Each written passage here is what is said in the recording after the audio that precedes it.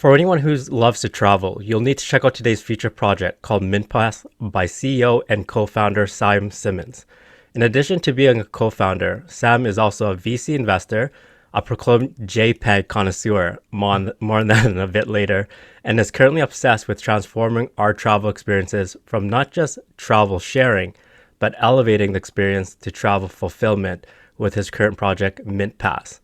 One of the ways Sam and the Mint Pass team is revolutionizing how we treasure and share our travel memories is by introducing something special that Sam and his team calls digital souvenir collecting.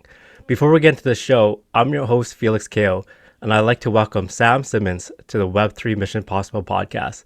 Absolutely appreciate having you here today, Sam. How are you doing today?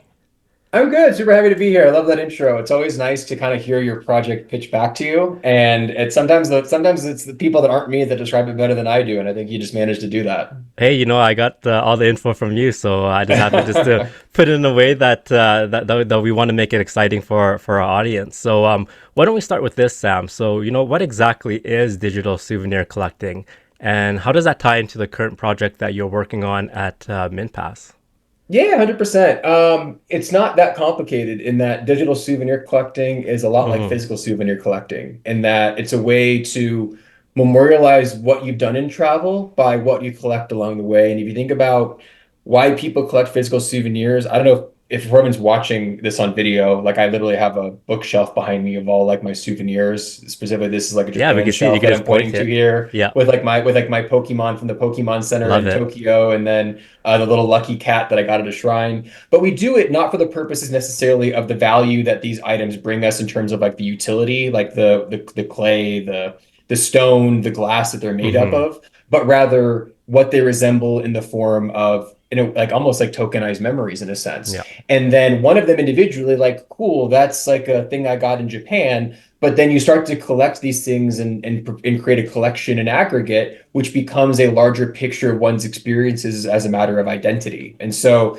basically, our premise for creating Mint Pass is, why should we gate that important parts of our identity to physical infrastructures? Mm-hmm. And for me, it's having this bookshelf behind me. I have another one over here you can kind of see in the screen. But I largely can only showcase this part of my identity based upon my Zoom background or when people come into my home and come into my Correct. office. Whereas I want to be able to create the digital repository, which represents all of these cool digital, or I should say, travel experiences that I've had over the years, Mm-hmm. and be able to showcase that not only on my various social channels and social platforms, but then getting into the Web3 side of things, making that sort of cross-compatible, interoperable across different ecosystems. So I could take this important part of me and all these different platforms that I use across the interwebs, if you will. So that's obviously that's the highest level of how this all came to be. There's a lot of intricacies to it, which I'm sure we'll be diving into throughout this conversation.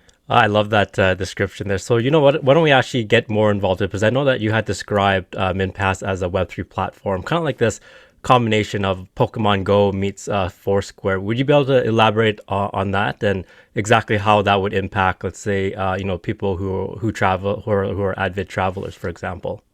Sure. So, my background is not at all in travel, and so what we set out to do is leverage what my co-founder and I, Aaron, my technical Mm-hmm. counterpart, much bigger brain than mine as our CTO.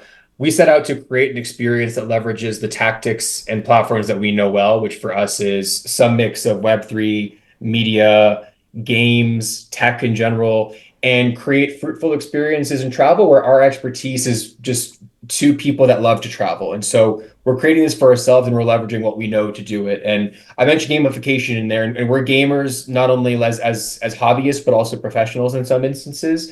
And so we've in a number of ways grown up on a lot of the infrastructures that we look to implement. So I reference Pokemon Go and Foursquare excuse me, quite often, because you look at like the check-in functionality of Foursquare, what Mm-hmm. Foursquare once was, of creating somewhat of a social graph around one's experiences.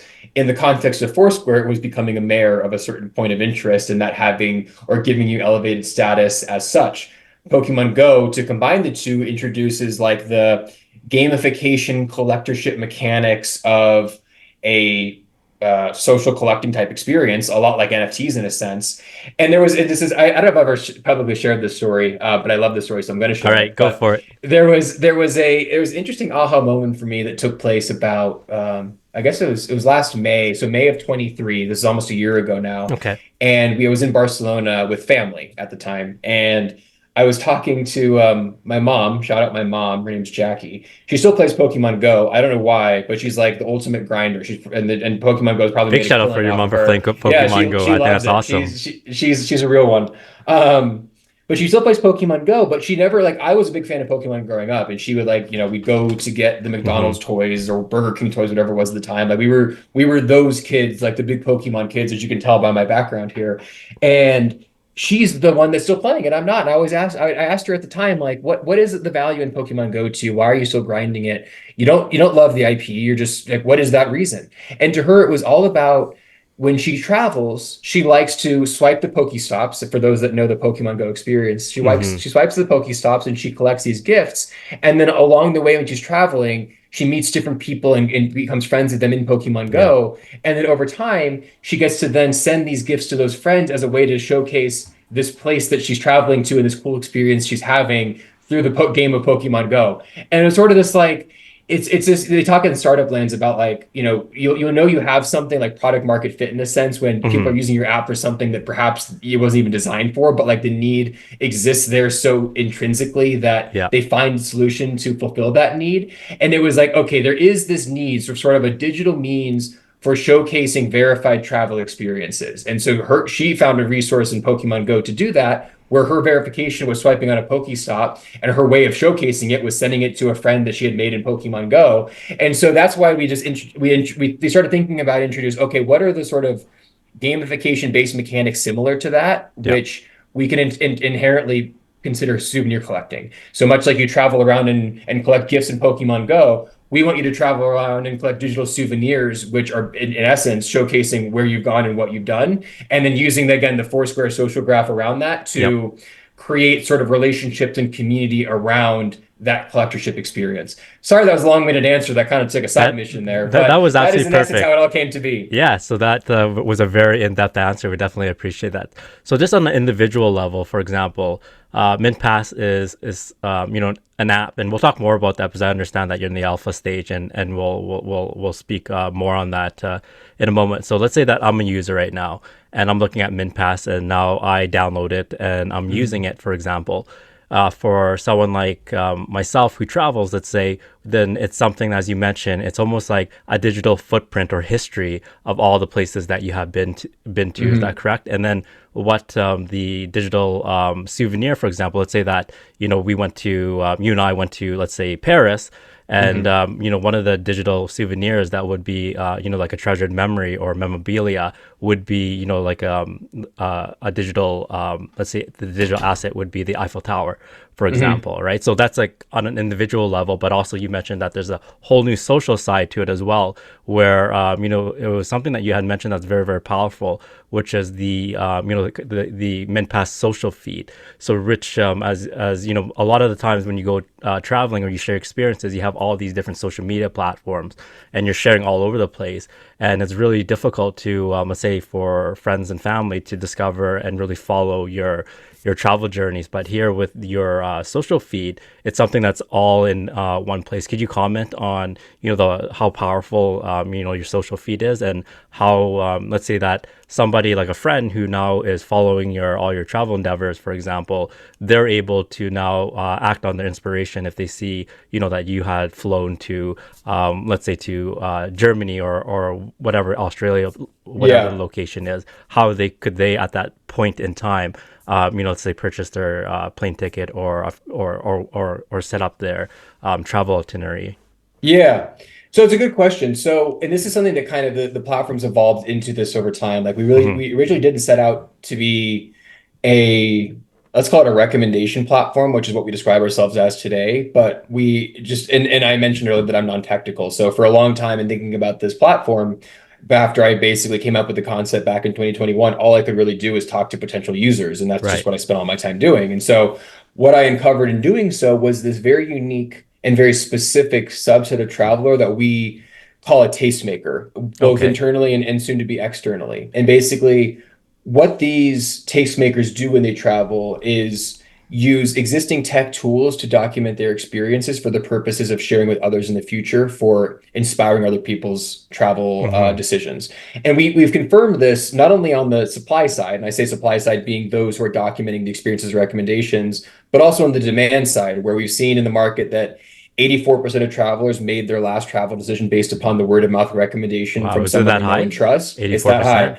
Yeah. And you think about like just the broad sort of landscape of travel inspiration. And certainly people are looking to Instagram, people are looking to review sites, blogs, things that they might find online. But there's so much information out there Mm-hmm. that is A, hard to make truly actionable, but then B, hard to really trust. And I think it's rather obvious. There's no data behind this necessarily. It probably depends on a per user basis, but no one would argue that a recommendation from a friend means 10 times more than a random TripAdvisor review. So ultimately for us, and when we think about like what is the experience of aggregating that information specifically from tastemakers in one's network. So when I'm planning a trip somewhere, I Mm-hmm. could find specific word of mouth recommendations from people that I trust, that people that I know. It's some hodgepodge of direct outreach, open posting a story on Instagram to solicit recommendations from people that follow me. It's asking friends to ask their friends. It's a sort of disconnected experience where you're then pulling in all of this outside information, which again is very fragmented and tough to make actionable. So, how do we create that repository of recommendations, which it introduces a trust layer to travel, really, where it's less about more information, more about better information, and it's Mm-hmm. information that's powered by lived experience. And there's a whole message around the authenticity that brings to decision making, and the comfort and certainty that brings to decision making. And again, we know this behavior exists. It's just about through a platform like MintPass, Yeah. making it more seamless and providing a better experience as such. And then also in a true Web3 way, aligning incentives and distributing rewards to those that most contribute and power it. Awesome. Yeah, so we'll get more into the Web3 side just in a second here, because there's several major areas that MintPass Yeah. will really capitalize on. So we'll speak to that in a second here. But let's talk about, because right now the current stage of MintPass is in its alpha stage, right? Do you have an idea of when it'll be launched, by the way? Yeah, so it depends on how well alpha goes, and then it depends Hmm. how well beta goes, as it always does. But sometime in 2024 or first Yeah, half, yeah, second half? it'll be. I mean, I ideally like even as soon as April 2024, Oh, which it's right as around the the day corner. of recording is February 28th, so it Yeah, could be in like 6 to 8 weeks time. that's exciting. But And, yeah, it's that's been the most fulfilling part of this alpha process to me. Of I mentioned how long I've been ideating and then working on it behind the scenes.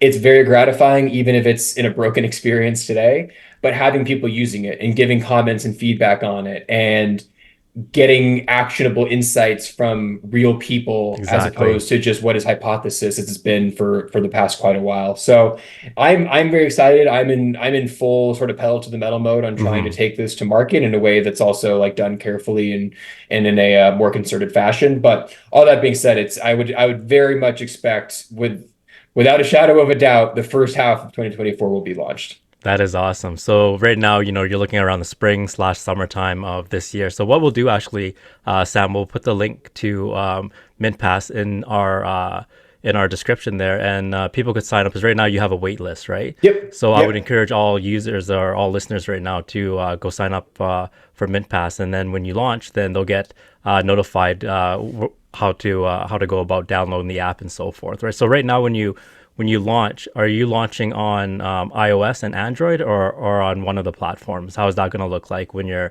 officially ready to launch it to the public domain? Yeah, we'll be available on iOS and Android Perfect. both on day one. Okay, excellent. That is awesome. So you had mentioned, another important question is, how do you, so you have your tastemakers, which are your kind of like your ideal audience, for example. One thing is, that we had in our previous conversation was onboarding, users who are Web 2 and then transitioning them into the app. So, I believe the term is called Web3 ready users. So, what's your strategy or outlook in terms of how to onboard, Web 2 or Web3 ready users onto the Mint Pass app?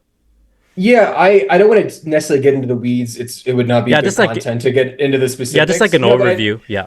I do have like some very strong opinions on this that I'm Hmm. happy to get into here. And I That'd be think awesome. my answer for what we're going to do is more of an answer to what everyone else has done wrong, which Hmm. is taking a tech first approach when it comes to Web3. And I think, and I've spent a handful of years both angel investing as well as doing VC work. So I've been not only, been a Web3 participant, collector, investor, user, however you want to think of it, but I've been pitched a lot of Web3 concepts over the years across different market cycles. And what I see time and time again is utilizing Web3 technology to formulate problems, or should say, formulate solutions to problems that don't exist. Hmm. And it basically, the net result is just like an over-engineered solution to an issue that no one actually has.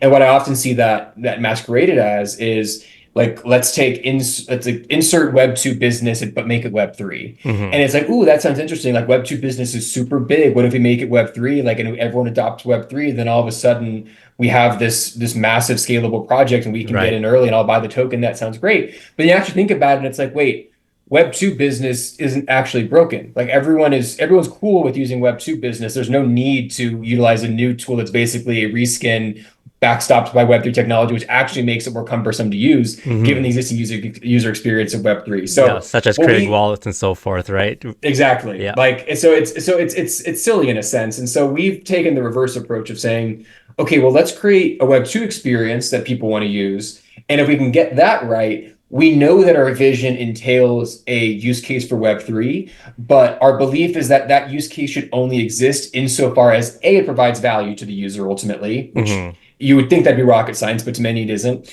But B, we don't want to do it too soon, and we only want to do it when it's needed. And Yeah. we can be realistic. Like there's Web2 tech out there that fulfills the same promise that Web3 tech can provide. And Hmm. sometimes we choose to integrate Web3 for the purposes of like, a decentralized utopian system of like everything that Web3 promises and all that it could be. But then you actually get into the usability of it. It's like, wait, this sucks. No one wants to use this. So for our purposes, experience first approach. We do believe that this tech set will be necessary to fulfilling the vision that we have as it pertains to like the permanence of travel memories, interoperability, rewards distribution structures, all these other things that play into our vision, but we don't aim to do it just to do it, if that makes sense. Like That we want totally to makes do it sense. insofar as it's needed, and Web3 is a requisite to where we want to take the product.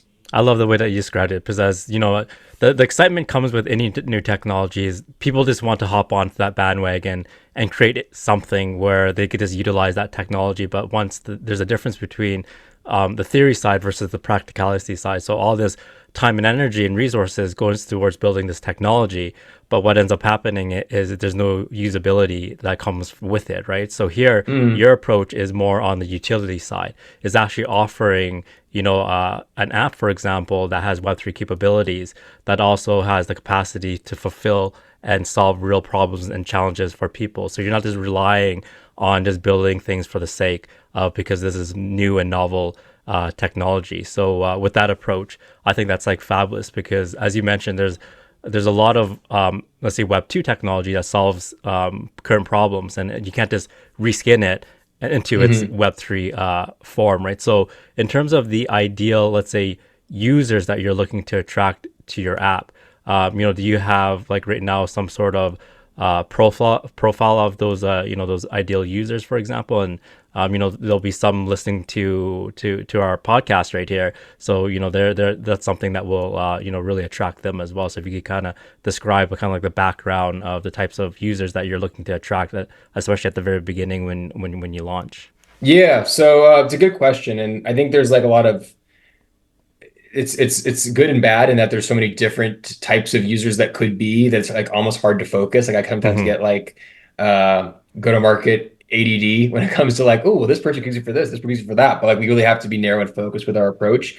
And so we throw around the word tastemakers already a lot in the conversation. But what that looks like in practicality is so demographically, we're looking at like older older Gen Z, young millennials, and that's backed by evidence. We know that of all generations, Gen Z millennials are traveling the most of any generation on a number of trips per year basis. Hmm. And furthermore, they're allocating a larger percentage of their budget to travel than any other generation. So they're inherently That's valuing interesting. experiences over material goods as it pertains to like where they choose to spend their money. Hmm. And so for that matter, like that aligns very nicely with sort of how we think about like not only tastemakers, but those that are in demand of tastemaker insight on a platform like this. And so then narrowing that even further into like what are the types of young travelers that we seek to be a solution for, looking at like that tastemaker. It's like this is where you get more into like that's the more of the data side versus like the soft sort of qualitative side, if you will, Hmm. where if you've ever either sent a list of recommendations to a friend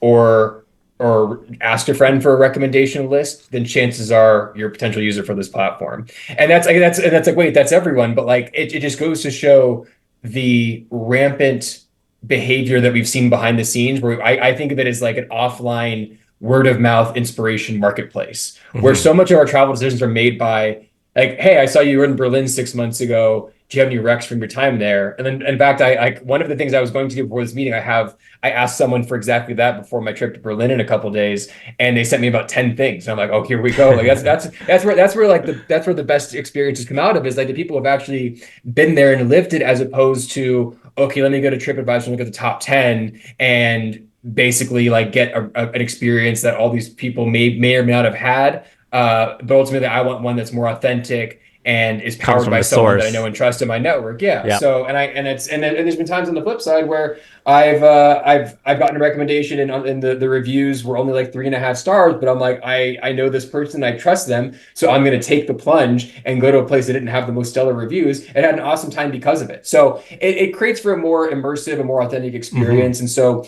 to go back to the question, it's those that value that information when it comes to planning their travels or seek to distribute that information for others who perhaps want to plan their travels from a place that they've been to.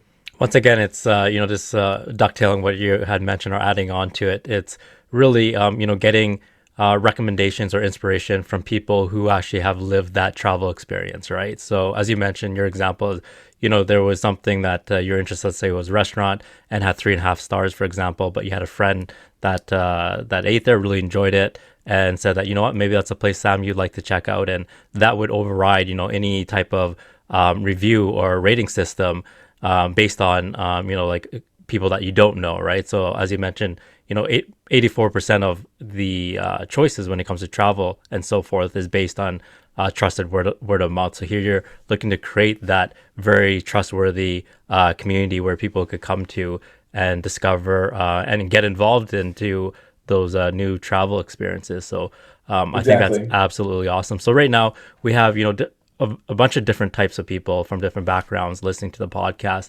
And one of the questions I like to throw out there is, what type of partnerships are you looking for that would help MintPass grow? So, somebody who's watching that really matches what is that you're looking for, they'll be able to get in touch with you.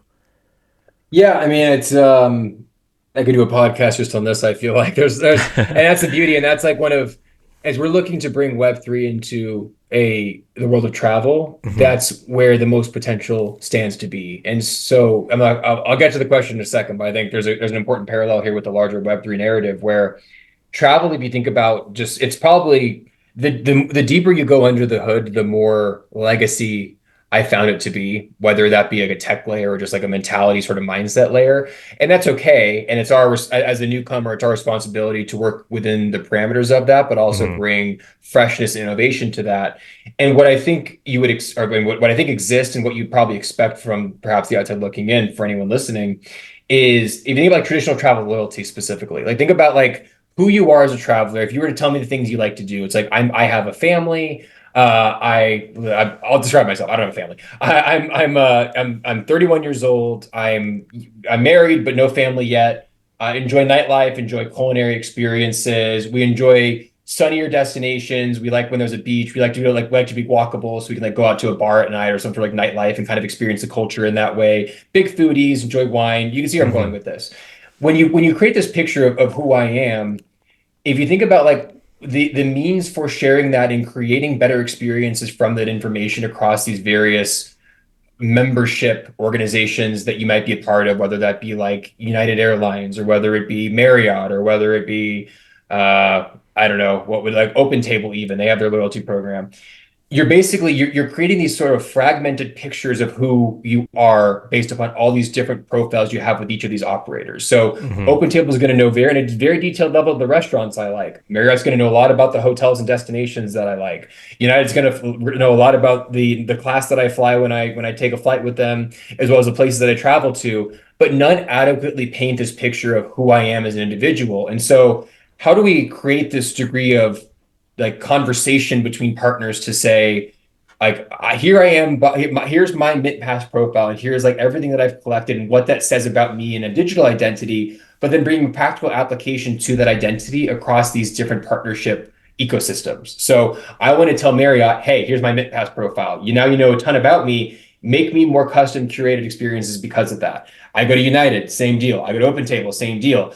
And ultimately, that's so back to the question. Like that is the partnerships that we provide value, where we can basically create these. That's where we're working with the user to build the data set to Hmm. create these travel personas of who you are, where you've been, what you've done while there, what you like to do, and what you want to do in the future. And then how can we create more fruitful experiences with that information across these third-party partners? So a lot of our conversations are going that direction, and a lot of this is an eventuality, like not necessarily for today. But that's where our head goes. That's where the Is we vision is, want, though, right? yeah, we want Yeah. to be like an open ecosystem in a world of walled gardens in travel, and we want to take who you are in travel and have that bring you value everywhere that you travel and who you travel with, no matter what segment of travel that may be. Love it. So you touched on some very important points, and I think what you had mentioned really helps us transition into the Web3 side of things and MintPass's capabilities in that perspective. So one of the things that you had talked about is the more curated recommendation. So we could touch on MintPass in several different forms here. So we could look at it from the digital souvenirs part, and then that'd be great if you could elaborate. Is it going to be is it going to be represented as an NFT, for example, or how does that what's that Web3 component to the digital souvenir side of things? ERC 6551 to get Oh, very there you go. specific. Yeah, no, we can get into the tech. I know enough to be dangerous. No, but we Awesome. we we want to we want to be a cool use case for 6551. If you think about like how you structure a trip and how you describe a trip, it aligns Hmm. nicely with that sort of architecture where you if you call it the backpack NFT, like the backpack is the destination itself. So it's my trip to Berlin. And then the places that I eat, the places that I stay, the places that I play, the things that I do, the things that I see, all get nested within that. So then out of the box, the metadata comprised of that is like you have your trip layer and then restaurants, hotels, all these other things that you did while you're there, which then out of the box becomes a larger narrative of experience where the Hmm. metadata front end or the metadata supplies the data to the front end to say, okay, Sam went to Berlin and Sam did these things. And I'm able to share that with friends from this profile that I've created through my digital collectorship and thus the NFTs that backstop the profile itself. And then over time, you then collect more of these things and that then powers this front end experience that it becomes a showcase of everything that you've done. So they are NFTs to the earlier question. We're looking at 6551. At the end of the day, though, like the back to the point, like we're going to be off chain to start with. I think we're taking a very careful approach to how we integrate the Web3 elements. We don't want to do so too soon, and we want to do Right. it insofar as it brings value to the experience itself. So we're in a hurry to be like Uber Web3 anything. I think ultimately we will get there, and we may get there in the next few months even. But we also like we're not taking necessarily like a gotta be Web3 approach. We're taking a user first approach to everything that we do. That sounds great. So, many would describe it as like a Web 2.5, right? So you're kind of like in between making the Yeah. transition. You're focusing on what currently works in the mobile space with, launching in the App Store and the Google Play Store, for example. And that's where all the current users are, and then if you just focus on the native Web3 users, right now it's a much smaller pool compared to the mobile. But as you mentioned, there's going to be a gradual migration or transition or transformation towards more of the Web3 arena. So yeah, that'd be exciting. In terms of, we'll talk a little bit more about the NFT side for the digital souvenirs. So how does somebody actually earn those or unlock those NFTs? So it's done with mobile geolocation data. So essentially, like not unlike Pokemon Go in a sense, where Hmm. we know where you're at any given time while you're traveling based upon you sharing your data, your location data with us, which Yeah. remains anonymized, private. We don't Hmm. share that or sell that with anyone. It's entirely for the purposes of verifying for NFT digital collectorship. And so we know we basically will follow you as you go about your travel experience. And what we don't want to do, and this is a personal pain point for me in testing a lot of these apps, is travel logging can just kind of be a chore where as you're doing something, it could become like a task like, oh, I gotta check in, or oh, I have to record what I'm doing, what I'm eating at any given time. Oh, I Correct. gotta capture content, whatever else. Hmm. So we basically want to do that all for you behind the scenes. So I go somewhere, my phone will know, hey, I saw that you were in Las Vegas 12 hours ago. You're now in Berlin. You're probably on a trip. We'll start logging your experience for you. I get off the plane, I take a car to the hotel. They then I my phone will then know that I was at the hotel for a couple hours. Chances are that's where I'm staying. I then go because I got in off a red eye in the morning. I then go around lunchtime to a restaurant nearby. I'm there for an hour, hour and a half. I'm probably having lunch there. I do all these things throughout the day, go to museum, walk around the city. At the end of the day, I'm like, oh, I didn't log any of that. Let me go check on Mint Pass. We basically aggregate for you based upon where we saw you going, a recommendations list of all the things that it looks like you did. You tell us with like a very simple Tinder-like functionality, swipe left if you did it, swipe right if you didn't, or whatever the opposite Hmm. is. I haven't been on Tinder in a Just long to time. confirm. Exactly. And then let us know, A, what you confirm what you did, B, choose what you want to log and share via your collectorship and like your profile, and C, if we, maybe they're like, was there maybe it was a two-story and there's a restaurant on one story and another restaurant on the lower story, and you were at one, not the other, and we captured the wrong one. You can refine your location based upon what you actually did, based upon our recommendation, but all is essentially verified by where you were when you were there. And then you tell us after the fact, we log that, we create the NFTs for you, which become, again, the digital souvenirs, which are part of this larger trip experience. And then that out of the box is the narrative of the trip itself. Got it. So let's say that let's say that somebody who is now in, let's say, Las Vegas, for example. Mm-hmm. So they're there. That's their travel destination. They earned and unlocked a digital souvenir in that area. So usually with NFTs, there comes associated rewards, so to speak. So is there going to be anything where, let's say, owning that digital souvenir provides or unlocks, let's say, deals in that area? So let's say that you're on the strip, you stay at the Bellagio, for example, and you have the digital souvenir that represents and confirms that you were there. Does that come with any other associated perks and rewards, so to speak? Yeah, day one, probably not. It's more of like it's more social, more gamification, Hmm. more, I guess, even novelty, you could say, not to like belittle the use case because I think it's important. But over time, we definitely want to get there, and that speaks a little bit to the partnership angle we talked about of Yeah. working with existing travel operators. And I think there's something to be said around like the challenges in targeting customers in travel where intent comes into play heavily. Like if I'm an experience provider in Rome, how do I capture an audience that is eventually coming to Rome? Like if you Hmm. think about the mechanics of how you would actually do that, it doesn't really exist. And there are some ad networks that will try to capture generally based upon searches and whatever else and remarketing, but it's very disconnected and it's tough. So how do we, to your point, let's use Las Vegas as an example, like we can perhaps see behind the scenes if you're a user that is compiling a list of recommendations from your friends for Las Vegas specifically, such that we know with some degree of certainty you have at least a vague intent at some point to travel to Las Vegas. How can we pair you with relevant offers once you're there that maximize the value of the trip and experience, whether that be brand deals, whether that be exclusive experiences, whatever else that might be. So that will come in time. And I think Yeah. that's a very clear value add to come and a very obvious win-win type relationship where, Hmm. we know when someone's there and we can work with a brand to say let's bring that person as their relevant offer, which allows you to capture them at that moment of travel. But for us it's all on the roadmap, you could say.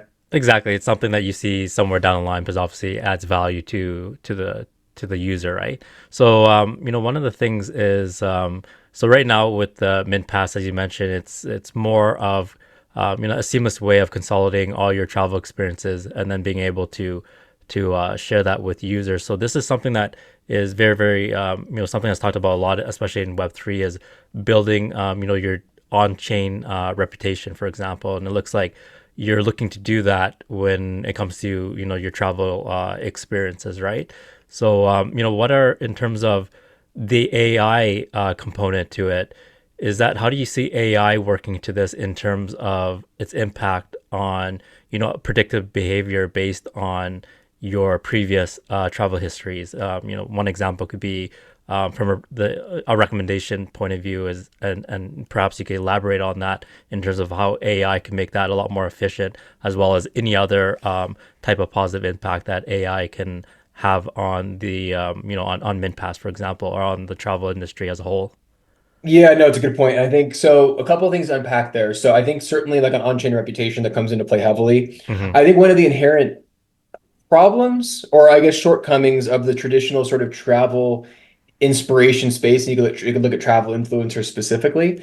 It's very top heavy in nature, and for that matter, oftentimes the incentives aren't necessarily aligned where the output of that relationship is a great experience for you, but Mm-hmm. rather they're getting a free trip or a brand sponsorship to then sell you into booking an experience with that operator. And certainly you might have a nice experience, but doesn't have necessarily the same organicness that a recommendation from a friend might. And all Mm-hmm. the while, there is a sort of underlying subset of traveler that has these great experiences that they're living in real time.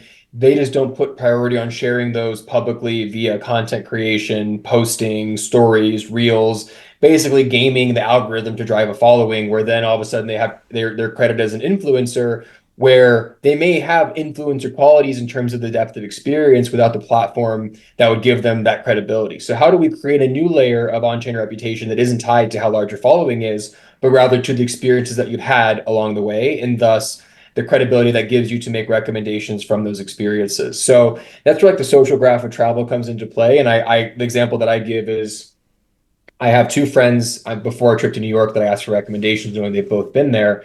Friend A has been to New York one time and recommends me this Italian place they went to down the street from their hotel that they said was good. Friend B has been there 100 times and they've been to the same Italian place across those 100 trips 80 times. Like I'm gonna want to go to the Italian One place 80 that friend times. B recommends and they've been Yeah. 80 times after 100 trips. Where like how do you introduce some of the mechanics to like make someone like that almost like a regional tastemaker, where if I'm looking to discover New York recommendations, they're elevated in the ecosystem because of the credibility that they've developed through their travel logging via MintPass on chain, as we talked about. So introducing the social graph around that, and then to your point on the AI side, a lot of what we talked about so far is peer to peer, but what we want to do is integrate this trust layer in travel that is powered by the on-chain reputation piece that allows you Mm-hmm. to attribute a layer of expertise to someone you may not know as a function of not only what they've proven to do based upon their verified logging experience, but also how their past logging behavior indexes against your past logging behavior. So to the earlier example of like who I am as a traveler and what that says about me for my planning a trip to Berlin,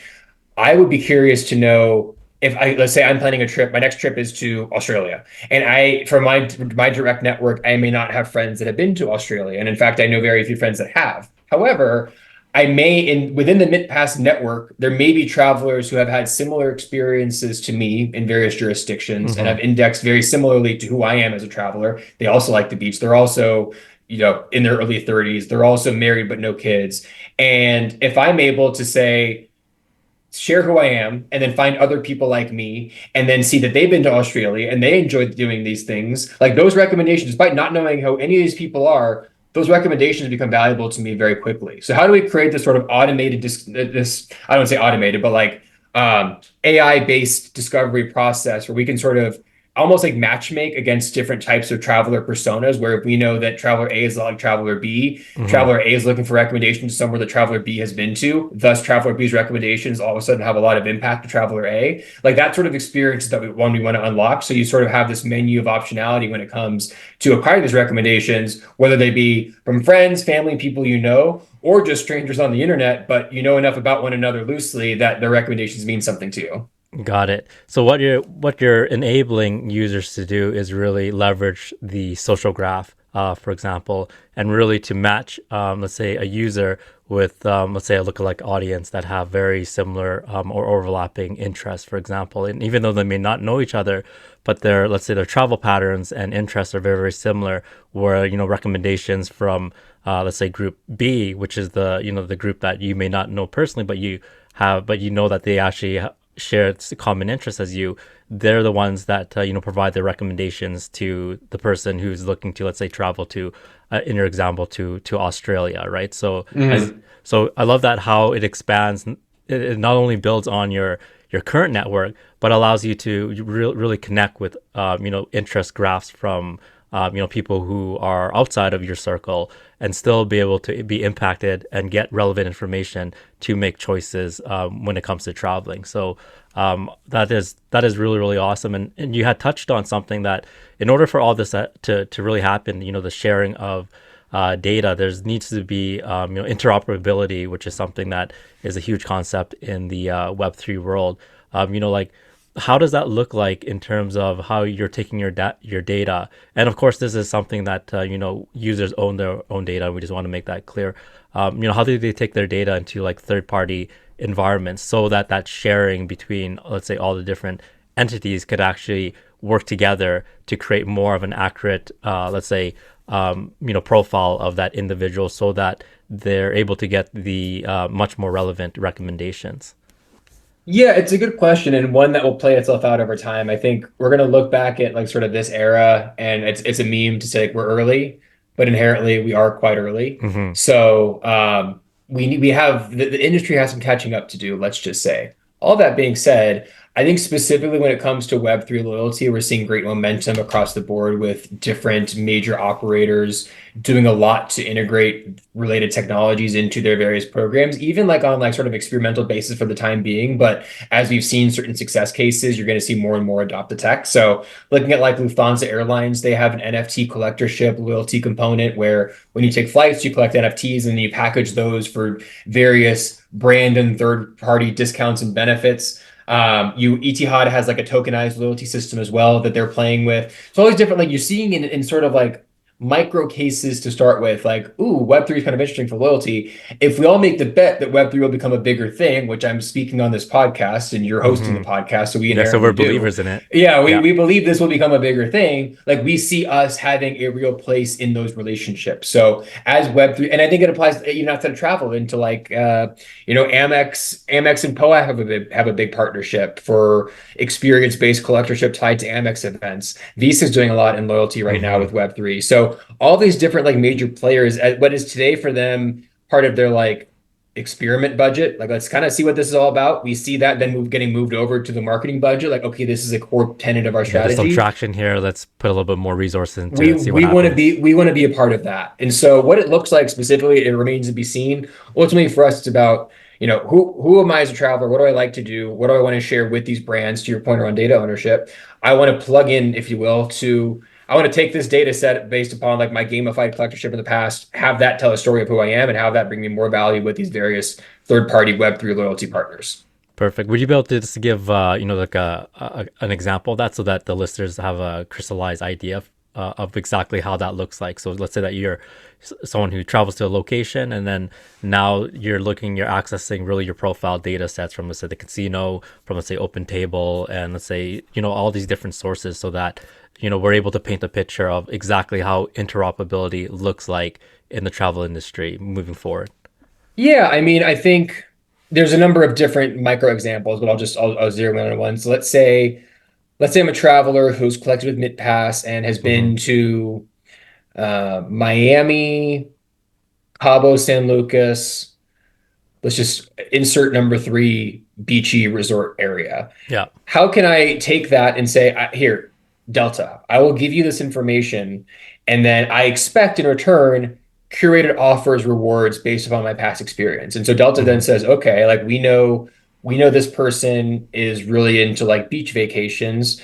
Like let's super serve them with relevant offers for, you know, significant discount on their next flight to Australia. Just to use the example again, Yeah. like some beachy part of Australia. Having not been there, I don't really know what that would be. But you get where I'm going with it. Like basically getting access to who I am and what I like to do as a way to get greater benefits with third parties, which the question becomes like, why would a brand do that? Like, why would they feel the need to give discounts to this? But that information is so valuable. And I think intent Hmm. comes into play heavily here.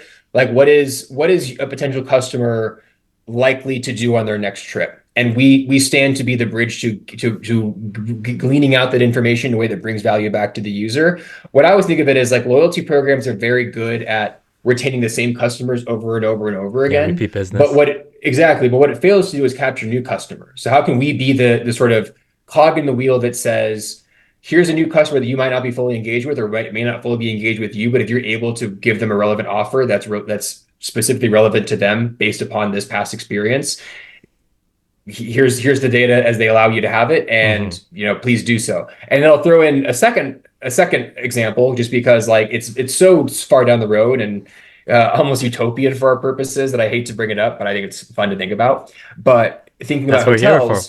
We love to look at the Yeah, future, exactly. right? No, we're getting weird now. But like if you think about like hotel loyalty, what you're getting really, or not, I'm sorry, not hotel loyalty, hotel concierge. What you're Hmm. getting really, what you'll often actually see, you go to like the concierge desk. Hey, I'm looking for a dinner reservation tonight. Okay, let me bring out my folder, open it up. Here are the 5 to 10 nearby restaurants that we recommend and you should go to. And you're basically getting the same list of 5 to 10 restaurants that every other guest that steps in the hotel is going to get. That's powered by this concierge, just because they don't have a way to actually customized. And you have that, you could do the whole back and forth of like, well, we're kind of looking for something lighter, or we want to make it a fast meal, or we don't want to have to walk too far, and then they'll customize it to you. What Right. I would love is a way to check in not only to like a premium luxury property, which would have a concierge desk, but even like, you know, not to throw Marriott under the bus, but a random courtyard, like on a business Hmm. trip, and say have an interface where on the check-in screen on the TV, I see a QR code that says connect your Mint Pass profile for custom concierge recommendations.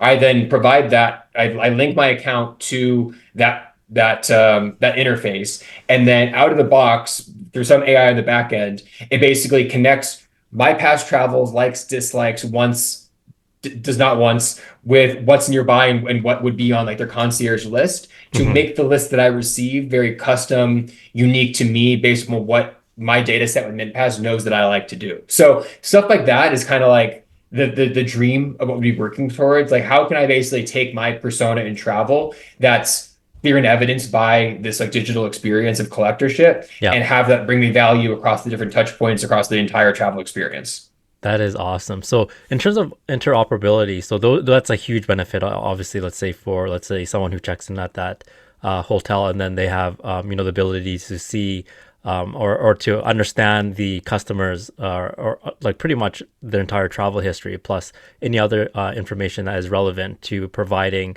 and allowing them to provide the most customized recommendations. So in order for that to happen, let's actually look at that from a more practical side of things, the interoperability perspective is, like what are some challenges that need to be overcome in terms of, the ability to share data sets among all these different entities in that type of fashion, especially in the scope of regulations. Like right now, of course, neither you and I are lawyers, so we just want to make clear that none of this is legal advice, right? So we want to absolutely throw that out there. But is this something that we could talk to, just a general perspective in terms of how how this will unfold in the real world when it comes to such situations such as regulations, privacy, and even the tech stack to Yeah. make interoperability a reality. So, would you be able to comment on that, Sam?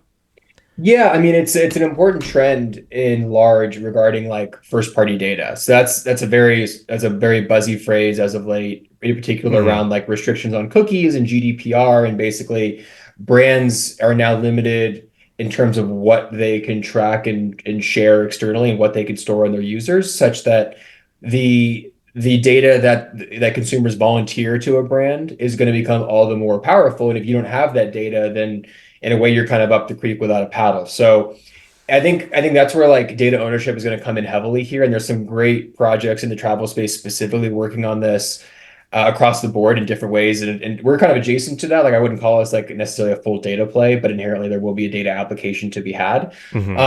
But granting, I think the answer is, I think the biggest challenge to your question is historically travel brands take a very I want to say selfish approach because it's for good reason, but they don't like to share data on their customers as you would expect. And so what you have is again back to that whole fragmented landscape of Hmm. different travel operators and loyalty ecosystems where none of them talk to one another, and who I am with one is not who I am with the other because I can't share who I am with Marriott with who I am with Hyatt and who I am with Hilton and whatever else. But inherently, and as I see it, as there come greater and greater limitations on what brands can collect on users, it will actually behoove all brands across the board to share with one another for more fruitful experiences across all. So that's where we want to be a value of like being able to build this holistic representation of Hmm. one's travel persona to be able to share with all these operators.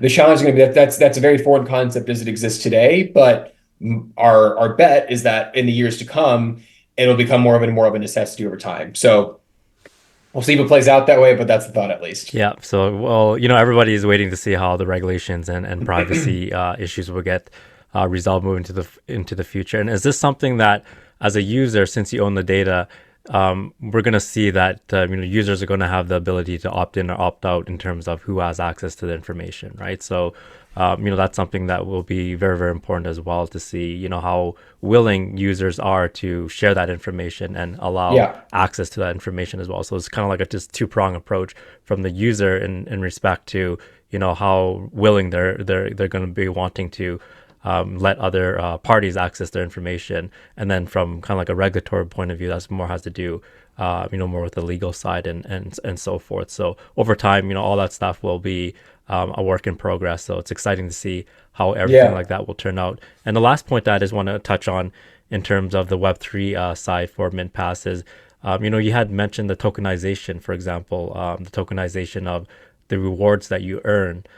So would you be able to share more on, how that works with the tokenized rewards and, what can they do with it, for example, once they earn that token or that point? Like, how does someone go about, earning those rewards? Or is it based on their participation, or how does that look like? And does it show up in a Yeah. leaderboard, for example?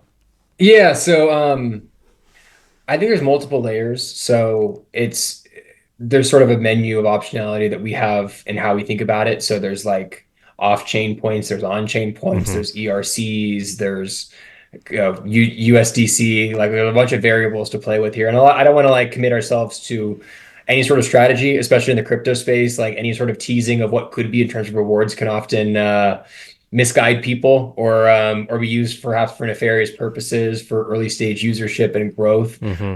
with hype cycles, especially where they're Yep. at. So I don't have too much to comment on there at this point in time, but ultimately, I think the spirit of what we're trying to create is this environment where tastemakers are rewarded in whatever way that means for Sounds the good. experiences that they inspire and ultimately seeing as how important they are to the value chain of travel at large and enabling great experiences for those Hmm. within their networks and for our purposes outside their networks as well. We want to properly recognize that in the context of the ecosystem and the social graph that we reference, but also through various financial models tied to like affiliate distributions and everything else, give them a cut of the action for what they generate. And that again, that might be, that might I want that I'm not going to say there will be a token ever. I'm just I'm Yeah, putting that right. absolutely, totally There, understand there, your there, point. there might be different Yeah. mechanics that we play with, but ultimately it's about rewards and recognition for Hmm. the important role in travel that these individuals have. Got it. Yeah. So we just want to make it clear that it's not 100% sure that there'll be a token side, but I love your Yeah, approach, by the way, where it's always focused on the user, for example. So you're, yeah, you're always looking to reward the user in some way, whether that be some token, the future tokenized aspect in the future, or through some other means, right, where they would be recognized for their contribution to your platform, right? 100%. Awesome. So yeah, we'll move into these last questions here. The first one is in what other ways do you see blockchain and Web3 technology impacting the travel space moving into the future? Yeah, I think like the most prevalent use case, but I think probably the hardest to unlock. But I think once we Hmm. unlock it, it's the most exciting is like tokenized reservations. Yeah. So we've all probably faced the headache of having to postpone or cancel a trip last minute and in a Web2 sense being left holding the bag as it pertains to like reservation that you can't cancel. Hmm. But inherently, like if you think about ownership, like that's my room. Like I paid to have that room for 3 days. Why can't I not control what happens to that room? And it made Hmm. in the hotel I have a no cancellation policy, but why is that non-transferable? Why can't I have a friend go and stay there? And I think there's a lot of implications, not only like on a peer-to-peer basis. So like when hotels are sold out and let's say I can't make a trip somewhere, like I'd like to be able to have this rate that I can sell to someone else and either recoup my money back or even make a little bit of money on it. But then Yeah. also looking at hotels, there's an interesting opportunity to like double dip on that reservation. So Hmm. perhaps someone books a hotel for $1,000 and then they can't make the trip. And I, as a hotel, look, we have no cancellation policy, but I'll do you a favor. I'll buy it back from you for $800. Yeah. And so I was like, okay, I'm only losing 200. Sure, I'll sell the reservation back to the hotel. And then there's such high demand, the hotel says, you know what? Then I got this guy over here that wants to book the same hotel. I'm going to sell it to him for $1,500. So they basically come up like $1,700 because they took a $200 kicker on the flipped reservation Right. as well as basically resold it for 1,500. So obviously like that's a very specific example, but Hmm. looking at that, like the different mechanics that could take place once you start this tokenization process down this road of reservations, not only across hotels, but flights, dining reservations, tours, whatever else it might be, things start to get very interesting very quickly. Yeah, so that whole tokenization side really ties into user ownership, right? So it's really exploring all the different ways that technically as you own it, for example, you should have more opportunities to do what you like with it, as opposed to Mhm. the current ways of things. How, let's say, you just get a refund for Yeah, your initial, let's say, deposit or whatever the case maybe. So that's exciting. It's almost like creating a whole new marketplace, so to speak. So exactly. yeah, that'd be exciting to see, everything, all the moving parts and the benefits, not only the user side, but also the brands and the companies as well.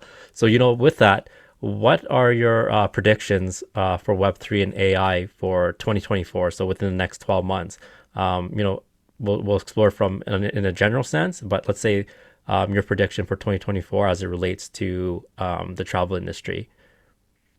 So I don't I my take isn't as hot as one might like in a setting like this. I think what I go back to is like experimentation. Like I Hmm. think I think for a lot of non-native audiences, Web3 is still a toy. And we've Yeah. all we've all heard though, like the thought leaders and whatever else saying how it starts off as a toy. Like that's how all world-changing technologies are just that to start with. And Yeah. AI was You're no playing, different, it's for where fun, kind of seeing what, exactly. what it Like, and you just kind of does. think, what does this new shiny thing do? And then Hmm. like that's where use case comes in. It's like, oh shit, like this is actually quite valuable. And then people build upon that and things grow over time. So we're in that novelty phase of Web3 and even to extent AI, although I think there's more practical application there and it's more obvious and it's more Hmm. user friendly. So there's a more of a direct path to adoption with that in mind, which is why we've seen the astronomical growth curve that we have over the past 18 months since the consumer platform for Chat GPT. Yep.